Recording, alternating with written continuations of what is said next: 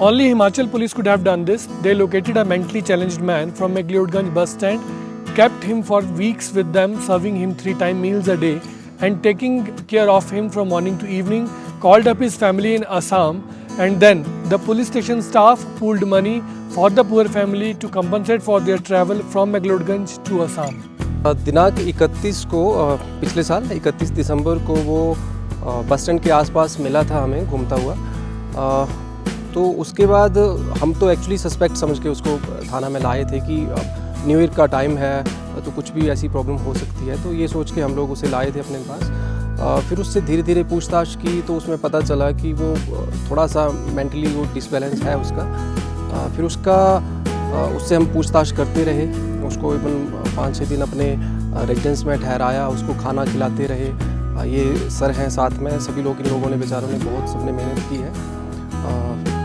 उसको नहलाया, उसकी कटिंग वगैरह करवाते रहे, उसको खाना खिलाते रहे और बीच बीच में उससे पूछते रहते थे। तो अपना नाम पता बहुत अलग अलग बताता था, कभी मैं भूटान से हूँ, कभी नेपाल से, कभी असम बताया उसने।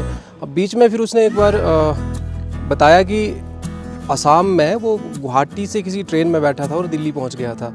तो फिर हमें लगा कि मे बी असम में इसका रेजिडेंस हो सकता है, इसका पक्का ठिकाना।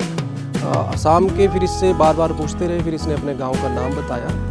तो गांव का नाम कोकराझार ऐसा कुछ नाम बताया उसने। तो वो फिर हमने इंटरनेट पे सर्च किया, वहाँ के लोकल पुलिस स्टेशन में बात की, उसके थ्रू लोकल प्रधान से, उस गांव के प्रधान से बात की। तो प्रधान ने इधर उधर पता करके उसके पेरेंट्स के बारे में बताया।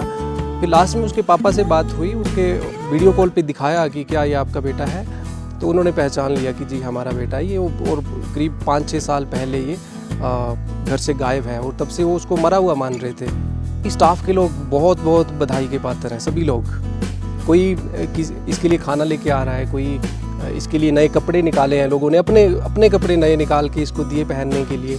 इवन ये पेशाब करने भी जा रहा था, उसके साथ जा रहे हैं। एक तो थोड़ा सा डर रहता था कि कहीं भाग ना जाए दोबारा से। इसके घर वालों से बात हो गई थी, उन्होंने कहा करीब 4-5 दिन हमें यहाँ तक पहुँचने में लगेंगे।